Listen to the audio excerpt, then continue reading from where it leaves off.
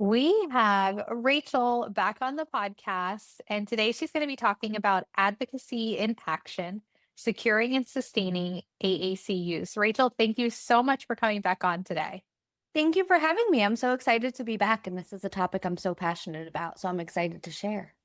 Well, I'm equally passionate about AAC and advocacy, so I'm so excited to hear what you have to say and all of the tips that you have to share with us.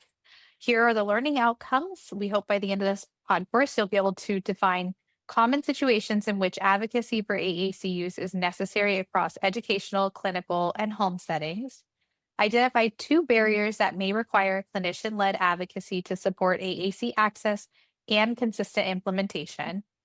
Describe strategies to integrate AAC use into classroom instruction, therapy sessions, and home routines, and identify two approaches to support parents in advocating for their child to obtain and maintain access to an AAC device. Here is our agenda. We're starting with introductions and backgrounds. Then we'll get into when advocacy is necessary, identifying barriers to AAC access, integrating AAC across settings, empowering parents as advocates, and then we'll wrap up with references and closing remarks. Rachel, like I said, thank you so much for coming back on. If someone did not catch your previous episode or they're just hearing from me for the first time, can you share a little bit about yourself? Absolutely. So I am a ASHA certified New York State licensed speech language pathologist in the Hudson Valley. I work in a school for kids with special needs. We serve kids kindergarten through 21, and I work part-time in a medical private practice after school. So I am lucky enough to get from EI through geriatrics. And within the past year, since being on the podcast last, I have had way more AAC experience with adults compared to just kids, which has been a really cool experience for me. And I actually last week just did a 15-month-old eval. So that's really cool. I'll touch on that a little bit later. I provide assessment and treatment for, like I said, pediatric and adult patients and students across all scopes of speech pathology. I am prompt trained, LSBT certified, and PEX1 trained.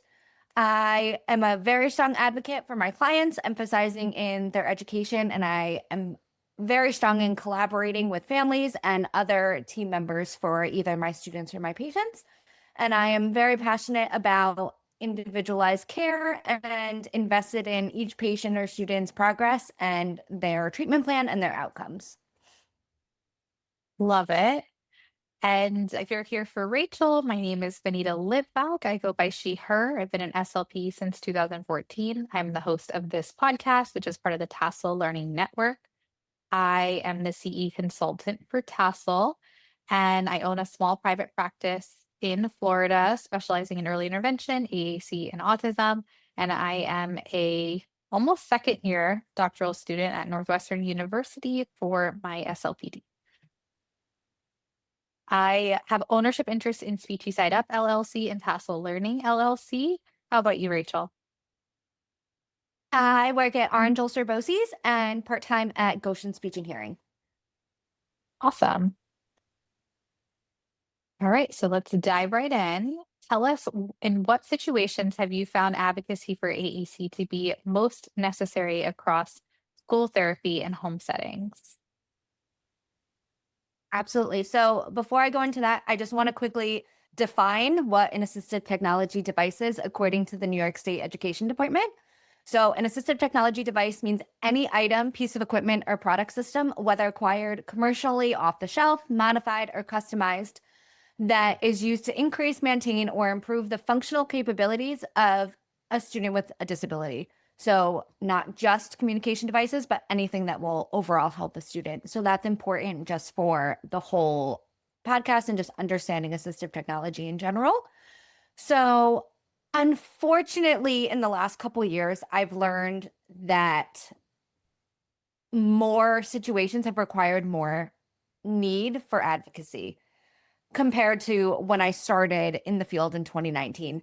So recently, my most difficult situation that I've experienced was I had a patient at the private practice who the school would not do an AAC evaluation. They said he wasn't ready for it. He was a child with co-occurring autism and apraxia, and they said he can't use a device. Didn't even try it. I did an AAC device through his insurance company. He did amazing with Touch Chat Word Power 60, and we qualified through the insurance. We got the device. He did amazing. Unfortunately, when the parents tried to add it to his IEP, the school fought back again.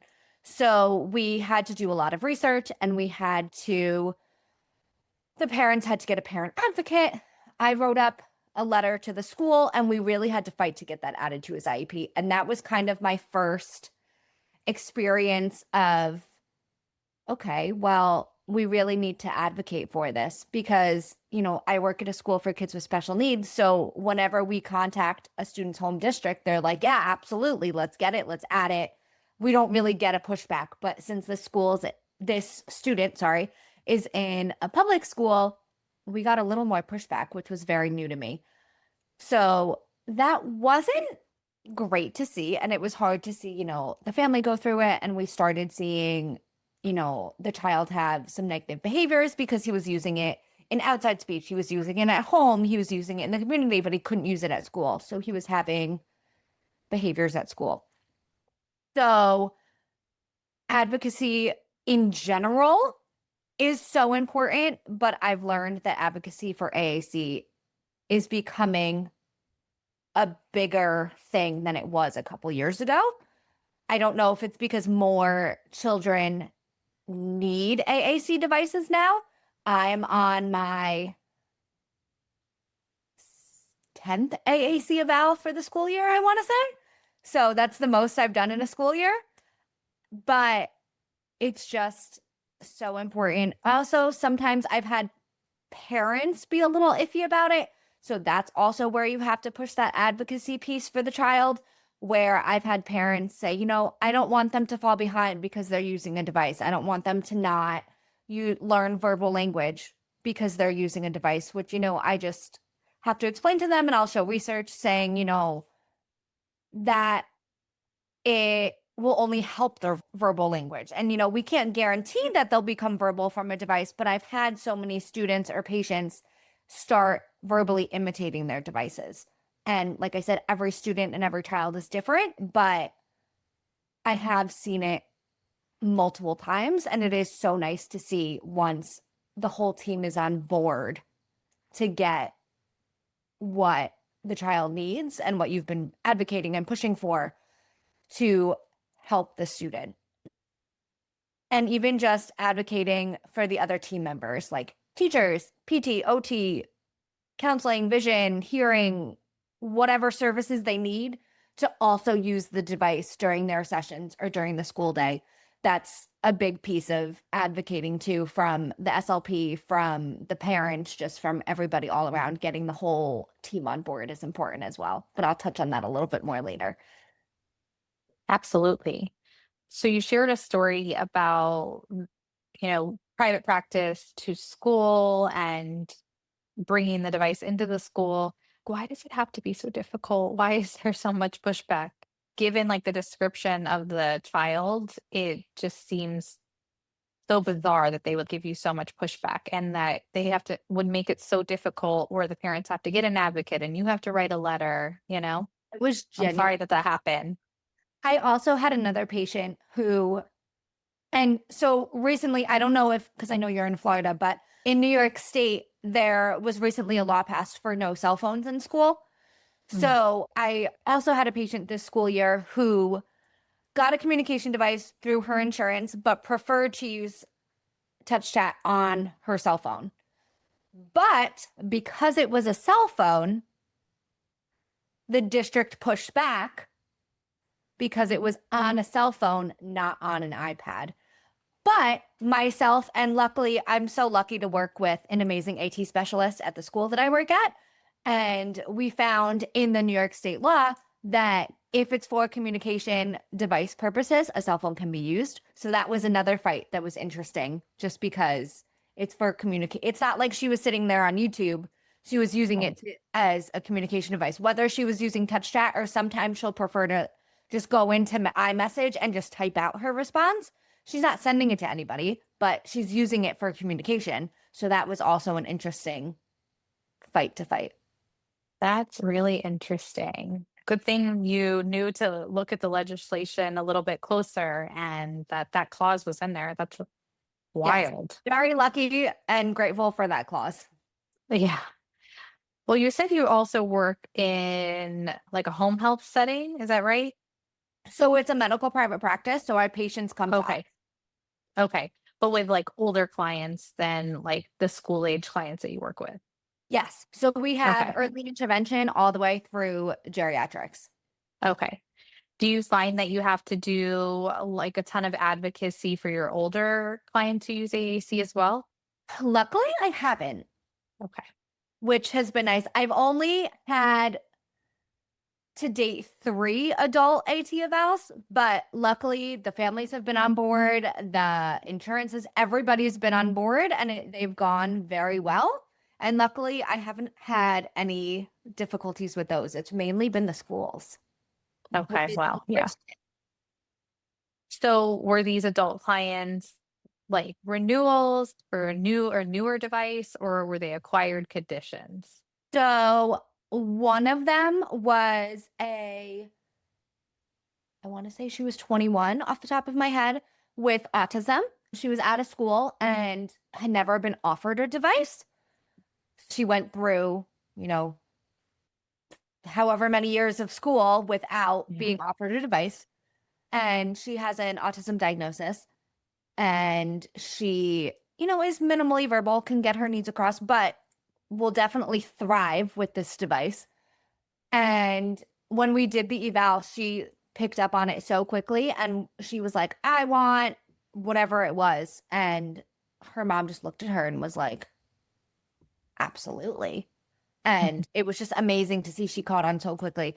The other 2 adults were a little bit older. One was in his 30s and was in a car accident and had a TBI.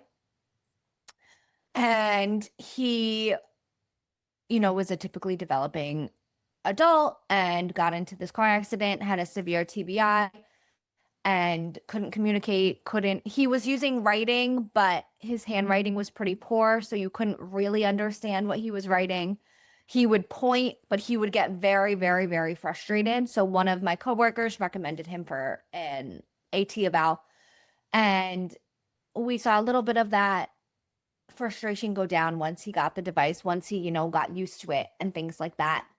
The other was an adult who had also a TBI, who also caught on very quickly just because he had aphasia. And that was my first time doing an AT eval with aphasia. And I have to say, it was a great learning experience. And he also caught on so fast, and just you could see the frustration just decrease when he was able to have a conversation with his wife, which was amazing to see. That's awesome. Which device did you end up recommending for him? Touch chat. Oh, okay. Great. Yeah.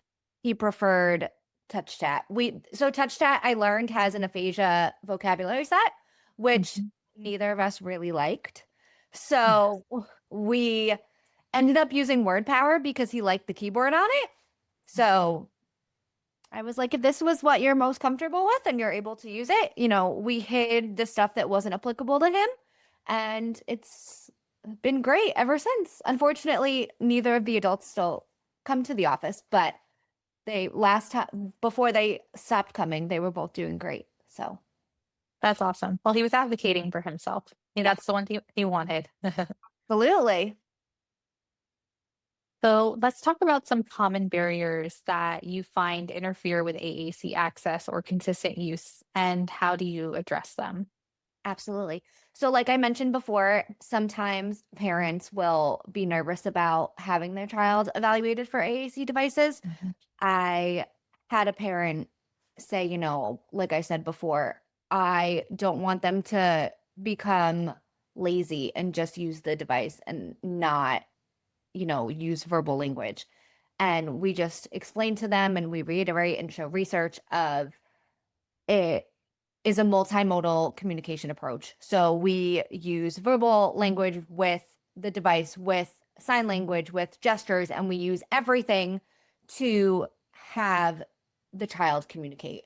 So, and once I explained that, the parents have always felt much better about it. And then once they see their child with the device communicating and, the decrease of frustrations and sometimes negative behaviors, you can just see the stress of the parents go away a little bit, which is always nice to see. That's a common barrier, more so in the private practice that I've noticed than in the school. In the school, the most common barrier, like I mentioned before, is getting carryover with the other team members and at home, which is something that I will stand on my pedestal until the end of, just because the kid isn't in speech doesn't mean that they don't need their device. And when I was in grad school, the way it was described to me was taking a child's device or taking anybody's device, communication device away is like duct taping your mouth shut. And when I explained that to parents or staff members or whoever, they're like, oh, you're right. And then you see the kid with the device.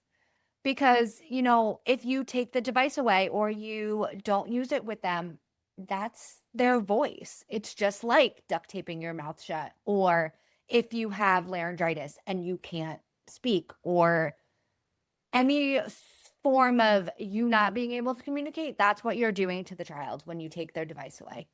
And it just kills me because, especially when the child is able to functionally and independently use their device, and then you're taking that away from them, they can't tell you what they want.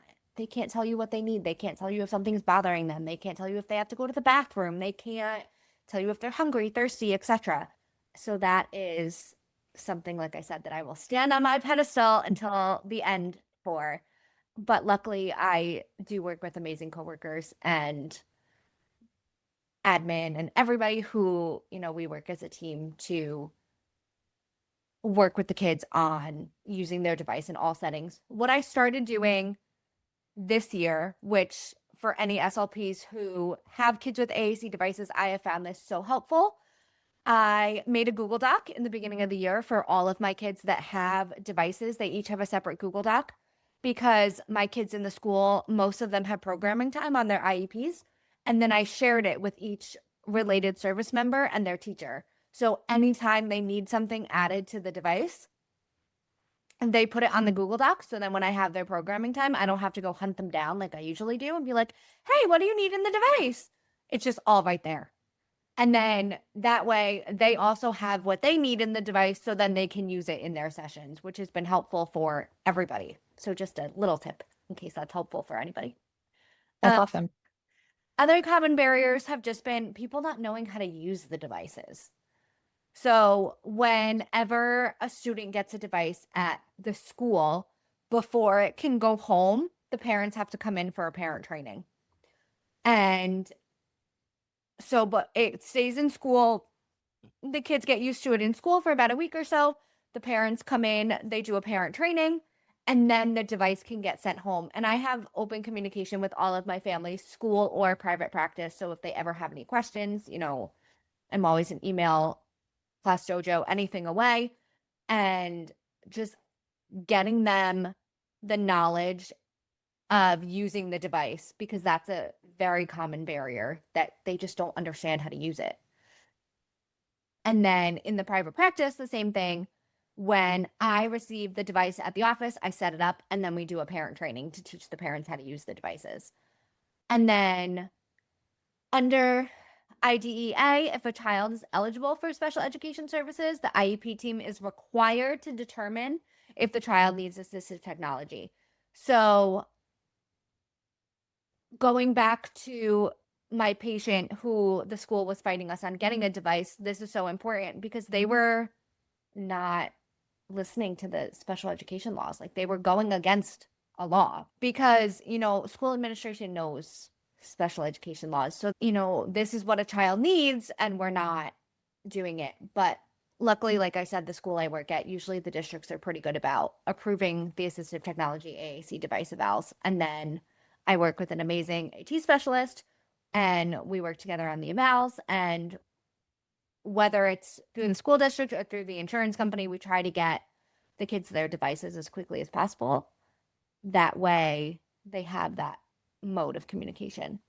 Working through those barriers is a challenge, but we get through it and we go from there. That's great. I want to summarize some of the suggestions that you had mentioned in relation to the common barriers. You use that Google Drive to keep the programming relevant and consistent and keeping the stakeholders engaged. Yeah. You try to check in with your families at least once a month to see how they're doing at home. Yeah. How do you address the charging and mostly the charging, I think. How do you address that? That one's my biggest challenge. Yeah, Uh, I think most people. yeah. So I always have a charger in my desk. God forbid a device comes in uncharged. But one of the things we tell parents when we do the parent training is and we keep track. So if a device continuously doesn't come in charged, we have the right to stop sending it home because then the student, It's not being used at home. Or maybe right, it is being exactly, used at home and that's why the battery's dying. I don't know. right. And that's the tricky part about it and some kids I can tell because if it's on the same screen as it, like the same words on the bar as when it left school, I know it's not being used at home. Mhm. But I have all of my teachers and the paras in their rooms check the devices when the kids get off the bus. If the devices aren't charged, they immediately go on the charger. So that way they get their device as soon as humanly possible. And then we use Class Dojo in the school that I work in. And I'll just send the parents a quick message. Hey, so-and-so's device didn't come in charged. Please make sure to charge it tonight. They're very upset that they don't currently have access to it. And whenever one of my students or patients get a device, have you ever seen like the touch chat flip books? Mhm. Yep. So all of my kids have hard copies of the flip book. So they're not personalized like their devices are, but it's at least better than nothing. Mhm. So they have those until their devices are charged. That makes sense. Having a low light tech backup. Low tech backup, yeah. But charging is the biggest difficulty ever. Oh yeah, for And sure. then if you want, I can add into the resources. I can make it a PDF, my template for the Google Doc, and Okay. we can add it into the resources. That'd be awesome. Thank you for sharing that. Of course. I'm a And visionary. then I know, same. You had mentioned parents being nervous about their child being evaluated. Do you have a go-to resource that you share with parents regarding that? Honestly, I just use my past experience for the most part. And a lot of the parents that come to the office know that I work at BOCES, the school that I work at. So I use a lot of past experience. And then I've used resources from Teachers Pay Teachers and Touch Chat or PRC Saltillo and Touch Chat have videos on their website that have been really helpful that I linked in the resources. And I just show those, and those have been really helpful. That's great. That's good. That I wasn't using all of those. I think my go-to is the Informed SLP's open access article about Oh, AAC impeding natural speech. And it has tons and tons and tons of articles that it references within that one summary article. So I'll awesome. definitely have to I think videos could be helpful too. Everyone learns differently Yep, and absorbs differently. So having various forms of information that we can share with parents is really helpful. So thank you for sharing those resources too. of course. So how do you support teams in integrating AAC meaningfully into classroom instruction, therapy sessions, and daily routines? Absolutely. So that Google Doc has been life-changing for me this year. I'm sure. So, like I said, I've always had the Google Doc. I've just never shared it with everybody. So Okay. I'm a very, like I said in the last podcast, I'm a very type A visual person. So I've always had the Google Doc. And then all of a sudden this year, I was like, you know what? Let me share it with the entire team. Because I normally share it with the teacher. Me and one of my teacher coworkers came up with the Google Doc together a couple years ago because we're both visual people. And instead of me going into her classroom every week when all 6 of her kids had devices and we would just get very flustered, we're like, you know what? Let's make this Google Doc. And then we started it together. So then this year I was like, you know what? 7 out of my 10 kids have devices this year. So I was like, everybody's getting a Google Doc shared with them. And this is just how I'm going to keep it straight this year. And it's been, like I said, life changing. Also, the parents have access to the Google Doc too. So I have them put anything they want added onto the device, any family members, anybody that they see, anything they use. And then also that way the parents can see what's being added in school. So if they want something, they can go on the Google Doc and see, oh, this was already added. Like Valentine's just passed. So if one of my families like goes all out for all the holidays. So, and they do like all the holiday themed books. So like I love the There Was an Old Lady Who Swallowed series. So all of my kids' devices have the whole series. Like they get added every holiday. And my one student in particular loves those books. So the parents have them. So they now use the device with the books and read her the books at home, and she can interact with the books at home. Or the same with like Brown Bear or the Hungry Caterpillar. Like they know that vocabulary is on the device. So that Google Doc's been really helpful. Like I mentioned before, most of our students at BOCES have programming time on their IEP, whether it's once a week, every other week, once a month, once a quarter. Everybody's different depending on the district and how long they've had their device. But what that is a half hour in my schedule where I get their device and I just get to work on their device. I get to add things, delete things, do software updates, whatever the device needs. I get to sit and just focus on the device. So I get to train new staff members. Like there was a new staff member in one of my classes. So I got to sit down and train the staff member on how to use the device. Luckily, all of my students use TouchChat. So it's easier for the trainings because when you're training them for one student, it's applicable to all the students because they have different vocabulary sets, but it's the same idea for TouchChat. I do have one student this year with TD Snap. So that class got 2 trainings, but the classroom that I have all the students, they all have TouchChat.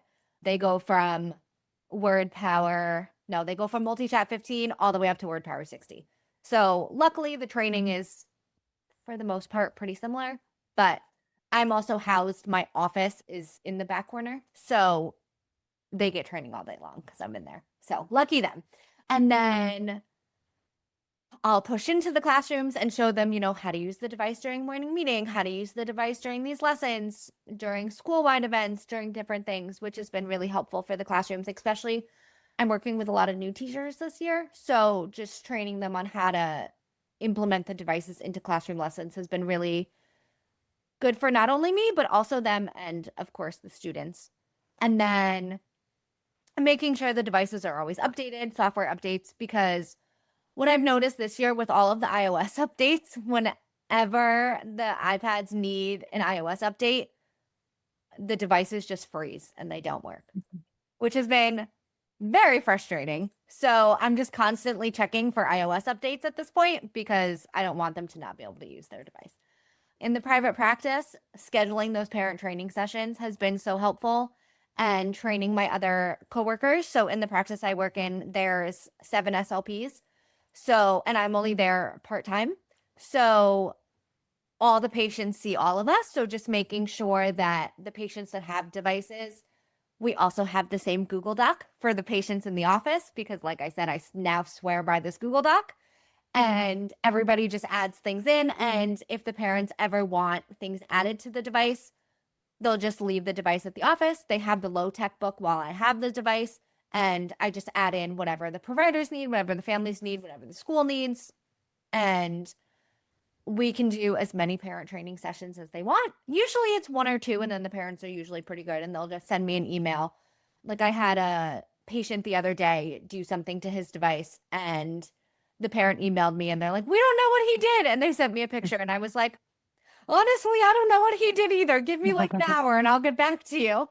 And we figured, I don't even know what he did or how he did it, but we figured out how to get it back. Oh, So good. just that constant open communication is really, really helpful. And just being open with the entire team and everybody being on the same page is really helpful for using that multimodal approach and just teaching them how to model using the device. And because, just like everything, when a child first gets a device, they might not catch on right away, depending on how old they are, depending on, their diagnoses, things like that. So just teaching the team how to model for them. Or I had a parent come in at the school for a parent training, and he won't use the device at home. And I'm like, well, he uses it fully independently in school. And are you kidding? And I was like, no, he knows.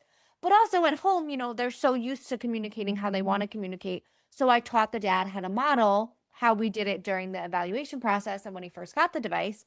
And now he's slowly starting to use it at home. So modeling is just so, so, so important. Just like with verbal language or anything else in our field, modeling is so important as well as collaboration. Yeah, absolutely. Yeah, and I think, I'm just making an assumption here, but for that client that uses the device more in school versus at home, it may not be that like he prefers to use speech at home. It may just be that he wants to assimilate with his communication partners. And the fact that dad probably wasn't modeling, now you teaching him, it's like he's speaking that language now so they can join in on that together. Exactly. So dad had said to me, he's like, when he gets home from school, everything's laid out for him, so he knows what to do. And I'm like, well, then he has no reason to communicate with you. He knows where it all is. He goes and gets it. It's laid out on the table for him. He doesn't need to tell you what he wants. So dad stopped doing that. And now he has to ask for what he wants. And I always say to the parents, one of my previous students' parents said this to me a couple years ago. They made a spot on their counter, his device, like home base. And one day the mom was cleaning, so she moved the device, and the child picked up the device and put it right back. And he's like, no, Mhm. this is where my device goes. So now I tell all the parents, in every room of the house, have a home base for the device. So they know, let's say, you're in the kitchen. Okay, I want juice. I can go to my device. I know where it is because, our kids with autism thrive on that consistency and those schedules and routines. So having the same space is also helpful. That's a good tip. Yeah, I appreciate that.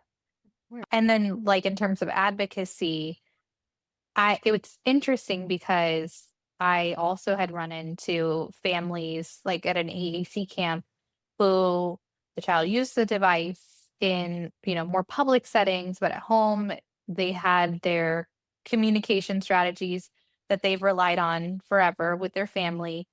And it made me kind of take a pause and say, who am I to say that we need to force the device being implemented at home? If they're communicating functionally at home without the device, there's no communication breakdowns, there's no frustration, then by all means, keep doing what you're doing. But if that child is not getting enough practice with the device Right. and they need more practice at home because the family spends more time with them, or maybe it's in a bilingual language and in school it's in English, but at home they speak Spanish, so they need more practice with the Spanish version of it. Or there is communication breakdowns and frustration, then that's where like we really want to make sure that it's being implemented at home as well. But I always was very like, well, how come the device isn't being implemented at all times of the day? And, I learned a lot from that experience. I also always say, because I was the same way. And now, I learned that as long, like you said, as long as there's no communication breakdown, but I always still recommend modeling with the device, even if they're not Mhm. using it. That way they know that it's a safe place to use the device and that they can use it at home because in the school I work with, kindergarten through second grade this year. And so they've been communicating with their families this way for 5 to 7 years. So just knowing that they do now have this option and just having the parents or the siblings, model it.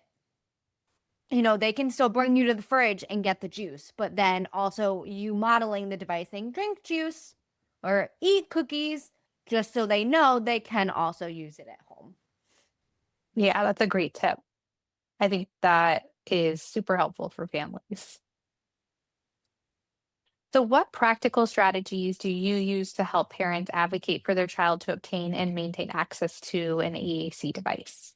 Absolutely. So I've learned a lot about this school year, like I said before, just with those couple patient situations. So in those processes, I've learned helping parents find advocates to bring to meetings. Unfortunately, I wish, that didn't have to happen, but sometimes it does. And being on the other side of the meeting in the schools, a lot of parents bring advocates to the meetings because they want what they think their kids need. And I don't blame them for that. Well, they And don't know what they don't know. Like, they don't understand the IEP process as well exactly. as, a school professional does. Exactly. And one of the patients that I had, he was in kindergarten and his older siblings were typically developing. So the parents never had to deal with this before. So I would, explain things to the mom and she'd be like, really? I didn't know that. And I'm like, well, yeah, because they're not going to tell you that, Mhm. unfortunately, which is sad because, we want what's best for the children and, you need to fight for what your kids need. And so family or parent advocates are so important and just coming in with resources or just the knowledge behind the device and what it's doing and how it's helping your child and just giving the parents as many resources as you can. And in the resources, I had put a couple books that my the AT specialist at the school that I work at had shared with me and I had shared with this parent and and it was so helpful in that situation. And I had used to help prep for this podcast as well. And they're just about all the ins and outs of IEPs and what you can ask for and just advocating and just everything you can think of. And what I've also learned is, if schools do fight back about devices, most insurance companies will cover devices. So unfortunately, if you do it through a school district, the school district pays for it, which is a nice perk. But if you do it through insurance, you own the device, which is a nice perk because in case something happens to it on, winter break or summer break when school's out of session, you can't contact your school SLP. But you, if it's through the insurance, can contact the device company and they can help you remedy the situation. Whereas if you get it through the school, you need to wait until school's back in session, unfortunately, which I have had happen in both situations of insurance owned and district owned. But just supporting the parents in whatever they need. Like I said, if I've had to write a letter, if a school or private SLP have had, just to write a letter explaining why the child needs this device or just, how it's their voice and how you can't take their mode of communication away, which could also lead to negative behaviors. Like I've heard stories or seen situations where staff members will take a communication device away. And then that's when we see those negative behaviors because then, like I said earlier, you're taking their voice away. And I mean, I would be mad if someone tried to take my voice away. I don't know about you, Yeah, but that's not fair.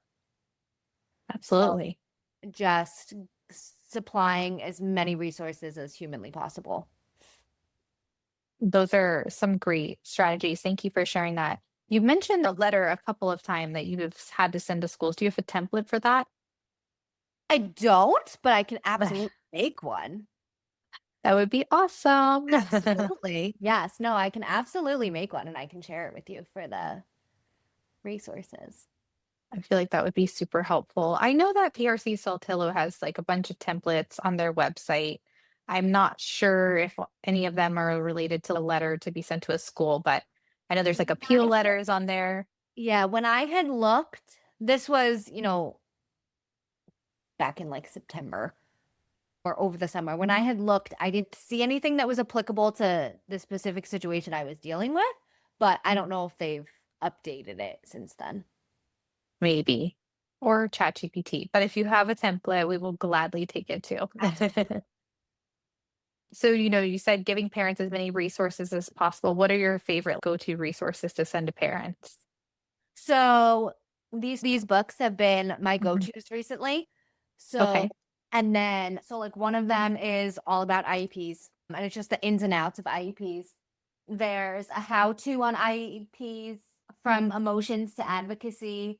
And then there's one just on special education law. So it's all laws related to special education, which Who that one wrote that one? That Lou something? Wright's Law, Peter Wright and Pamela Dar Wright. Okay. Are any of them by Lou G? I can't remember his last name. No. No. Okay. I They're thought I all saw it in references. three of the oh, that was an article. Oh, okay. So he has a training too that goes along with that article. It's like a video training, but it's very long. And it's all about like how basically like how to get the AAC device in the IEP and making sure that like schools are following compliance when it comes to sending the devices home or like allowing them to bring the device into the school. Oh, very But interesting. you have it listed, so we'll take a look at it when we go to the references Yeah. section. And then I also not resources for getting it added to the IEP, but resources for once they have the device. TouchChat has parent tutorial videos. So as soon as I finish a parent training, I email the parents that link. So they always have the video link, like just in case like we're on a school break or I'm out or they just want to figure it out at 1 a.m., which I've had parents do. They have access to those videos, and YouTube is a beautiful thing. So just or Google, they'll just, how to hide a button. I've also made a Google Doc of how to put a device in and out of guided access and how to edit devices, just like a quick little cheat sheet. So now that I think about it, I can also put that in the resources. Awesome. That'd be amazing. Forgot I have that until right now. I did do um, part of my ABPR last year, so I made a lot of resources for AAC. So what is that? What did you say? ABPR? What's that? APPR. So in New York State, you can either be observed every year by administration or you can do a project that's related to helping either your students, your caseload, depending if you're related services or a teacher. So one of my Awesome. workers and I, the last 2 years, did the first year we did building wide visuals, so visuals for the whole school. And then last year we did device tags, which I'm pretty sure I linked in the helpful resources. And it just says, this is my communication device. If lost, contact so and so.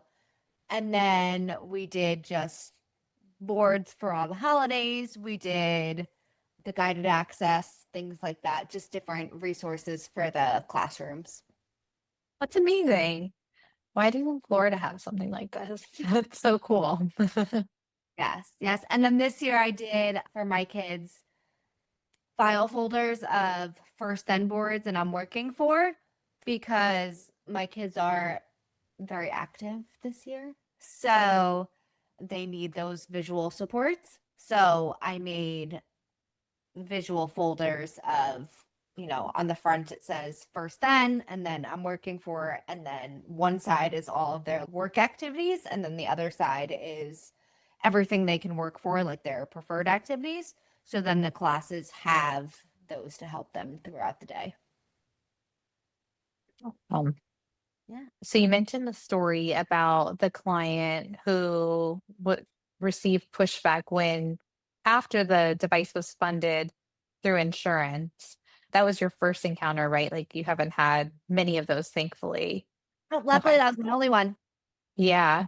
Yeah, no, I've definitely come across that, whether it be in private practice or when I was a PRC Saltillo rep, but it is interesting like seeing the other side of it as an AT district specialist. Like we were very large districts, so the reasons that they had for pushing back on insurance funded devices was so interesting. I mean, they really had to know the law because we were the sixth largest district in the nation.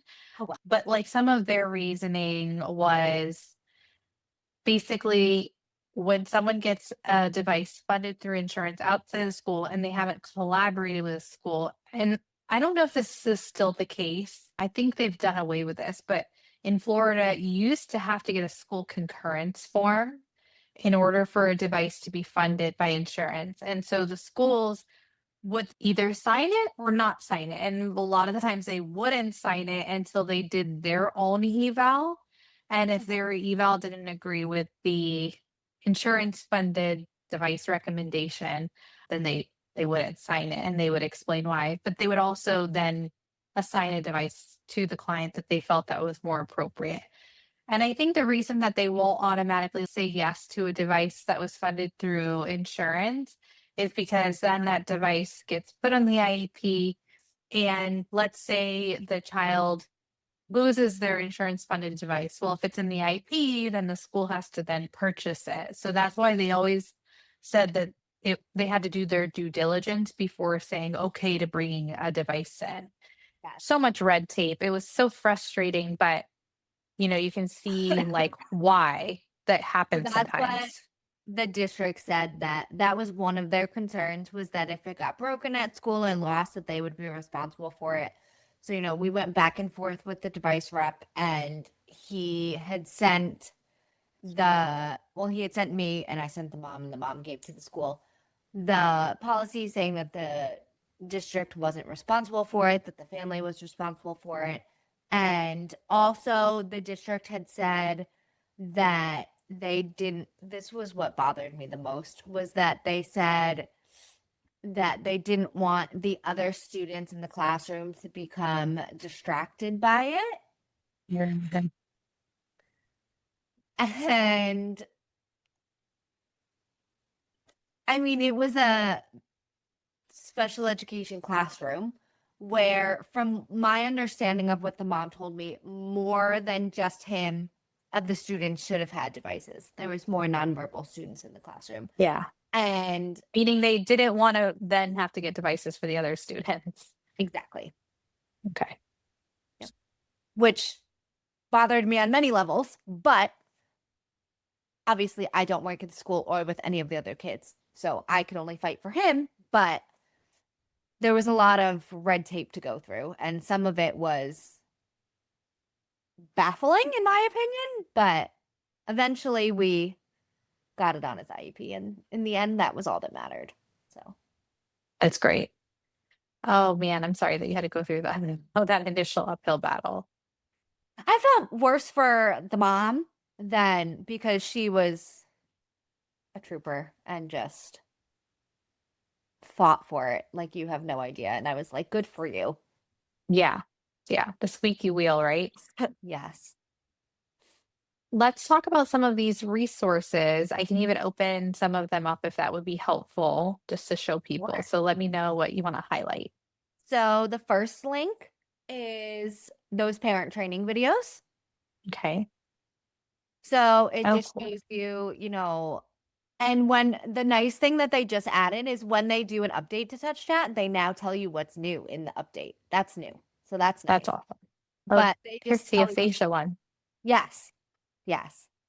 It was just, I don't know, I wasn't a fan. I don't know if it was just it was my first time using it, but my patient didn't like it either, so it's okay. Yeah. Good to see it though. Yes, yes, absolutely. It's cool to see and play around with if you've never used it. Mhm. Also, what I like is I have a lot of Spanish speaking families, or a couple Spanish speaking families, whose devices go home in Spanish. So they also have the videos in Spanish, which is really nice. That's great. And I've had parents watch the videos in Spanish, which has been really helpful. So that's just those videos. And then the next link is just from the Touch Chat website. We'll It's, update that. It's oh, okay. yeah, Yeah, we'll update that. I it should be wonder. the manuals. Oh, it might be the whole box is like showing up as a, you know what I mean? Oh. Let me see. Let's see if this fixes that. Yeah, it's the whole box. So let me take the link out of the box. We're doing this live, everybody. So I Gotta can just love copy and technology. paste these. I know, right? But here we go. Here's the manuals. Perfect. So these are just quick reference guides and manuals to help with any questions that you have on Touch Chat. A couple of the links are Touch Chat just because that's what most of my students and patients use. So it's what I'm most familiar with. But what I liked was it was also English and Spanish. That's great. And Yeah, then, they have something similar on all of the manufacturer websites, yeah, Tobii Dynavox, Forbes AAC. So you can reference those if needed. yes. And then the next one is those low tech flip books for Touch Chat. Okay. So you can print them out, laminate them, and bind them. Some of them are just core boards, some of them are the full flip books. They're pretty well labeled. In case someone's wondering what the flip book looks like, you can I pull it up here. have a bunch of them prepped, but they're at work and we've had 2 snowstorms. So I was Okay, going to bring them home over the weekend, but we had snow days Friday and Monday. So I haven't been at work to bring them home. So I that's apologize. okay. So They this can reach out to you on Instagram if they want to see unprepped them. version. Yeah. So like I said, I have one student that uses TD Snap this year. So this is the printout of TD Snap and Great. just resources for TD Snap. There's a manual. These are the different TD Snap page sets. I found this website really helpful this year when I was learning. TD Snap was very easy to learn how to use, but I had never used it before. So this was very helpful. And just Yeah, having, and I love this new motor. This is like their newest vocabulary. I I think haven't I tried could be that one wrong. yet. It's really good. When I went I to ASHA, I talked to them about it and I was like, ooh, I'm excited. Yeah, I know. I got excited when I like learned about it too. It was just nice to have another like motor planning, a Right. true motor planning option. Yes. And then this is, I don't personally have any students or patients with LAMP, but this is a LAMP workbook, low tech workbook as well. Oh, great. What So, is this intended for, you think? Trying to see. Maybe for implementation for yes. fan? Okay. Yeah. And then describing the different colors behind it, the patterns, Mm. in case, staff or families have any questions. It's just those extra resources to help Oh, with that's really nice. Yeah, the, cool. Thank you for sharing that. of course. And then, like I said, I'll add in the Google Docs and the books. Okay, that would be perfect. Absolutely. All right, so let's talk a little bit about these research articles now. Some are quantitative, some are qualitative. So we can kind of go through them one by one, but we always indicate whether they're open access. So can you get it for free or is there a paywall? You can sometimes you can get it through your local library, through your employer. If you're still at a university or affiliated with a university, you can get it that way. I would check Google Scholar and kind of go from there and see how you can get access. But anyone that you want to highlight in particular first? Not necessarily. What I noticed with all of them was they didn't necessarily talk about the devices itself, but how the research behind, you know, advocating for the devices. And what I found interesting was I think it was the bottom research study, the Bark, yeah, that one. It was based on the teacher and other team members' opinions on the devices in schools, which I found interesting, and how they thought it was helpful in schools and the parents' perspectives on them having access to the device and things of that sort, which I found interesting just because I had never read any articles about it in that aspect. So that was just interesting, an interesting view on the topic, I guess I could say. Yeah, it sounds like it's more like a qualitative study. So they're getting like a survey basically from parents and professionals on like advocating for children with social communication needs, which can be like just super informative and it's not as prescriptive as like a research study might be, but it's still like very valuable. So I'm excited to read that one too. And it looks like you have two solid, high quality research studies here, which are both systematic reviews. One is a little bit newer from 2023 called Barriers and Facilitators to Accommodations in the Workplace for Adults Who Use AAC. So that looks like a very good one. Unfortunately, it's not open access, but hopefully worth reading. Yes. And then, like, we figure, if you're going to go pay for an article, it might as well be something that's high quality. So that's why we feel like this indicator, is also helpful. So hopefully, people who are looking at this find this helpful too. Yes, absolutely. And then you have this one, it's a systematic review of the barriers and facilitators to the provision and use of low tech and unaided AAC systems for people with complex communication needs in their families. A little bit like not so much older, but from 2019, but still looks really interesting. Yes. And I liked that it compared, that this one was also on low tech versus high tech, Mhm. which is Yeah, nice. that's true. Just to have another type of. Yes. Like I was talking to a colleague this morning and we were just talking about, if something happens to a device, that's why I always give the child a low tech version. And like I said, unfortunately, it's not personalized, but it's better than them having absolutely nothing. And you can make it personalized. I don't know if you've used Chat Editor at all. I have. I was actually going to ask, and I like forgot to ask the question, like how often you're using remote editing for your kids. So I don't necessarily use it for remote editing. Some of the districts that we work with don't. So I back up all of my kids' devices to my iPad, but Mhm. some of our districts don't let us airdrop it. So we have to email it and then I back it up to Chat Editor. So I kind of use it more in that aspect.